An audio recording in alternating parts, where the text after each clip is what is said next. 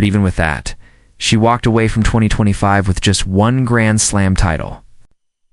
Despite making it to 2 more finals and another semifinal, Sabalenka had a dominant season overall. But in the key moments, she let opportunities slip in Melbourne. She ended up losing a final set shootout against Madison Keys. That defeat was only Keys' second win over her. Then in Paris, she started strong against Coco Gauff, but could not finish it off and ended up losing in 3 sets. For most players, these losses would not raise many eyebrows.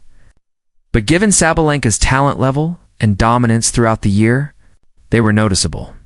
The rationale behind those significant losses has now been provided by one of her coaches during an appearance on the Line podcast. Jason Stacy reflected on his time working with Sabalenka and the journey they have been through together. Sabalenka was not always the powerhouse we know today. Go back 5 years, and she was still finding her way in the game. A long shot from the 4-time Grand Slam champion she is now, Stacy has always shown patience with the Belarusian star, even when emotions run high during matches, and she directs frustration towards her team, discussing that aspect of their relationship and her temperament. Stacy explained, but for her to be able to truly be gracious and respectful for that moment, she can't not be who she is. She has a lot of fire in her, a lot of energy. That was the part we had her, over the years, learn how to maintain. In most situations, the way I look at it is that most people's strengths are also the biggest weaknesses, if they don't know how to manage and regulate those things very well, right?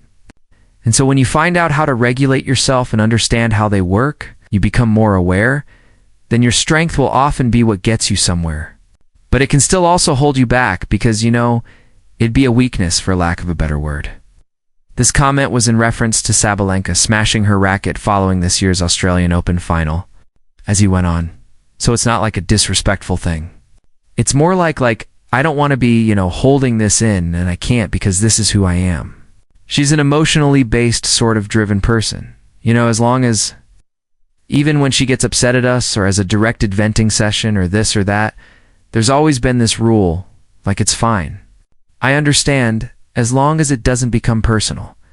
When it becomes a personal thing, then there's a line that we don't cross. Simple as that. But we all know that everybody gets frustrated. Everyone gets, especially when everything you're doing, the entire world is watching you and judging you. It's not like when you and I make a mistake. So it's just understanding that, that's who she is.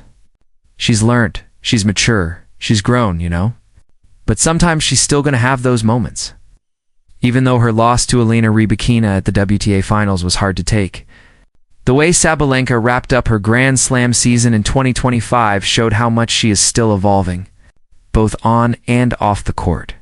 Earlier in the year, during the Australian Open and Roland Garros, she let her emotions spill over, leading to outbursts that played out in public view. She faced up to those moments afterwards and apologized when needed. But those incidents did not just fade away in New York, though. She was completely dialed in. Nothing seemed capable of stopping her from claiming the major title that had eluded her all year. Reflecting on her performance after winning the US Open final, Sabalenka said, "To bring the fight and be able to handle my emotions the way I did in this final, it means a lot. I'm super proud right now of myself.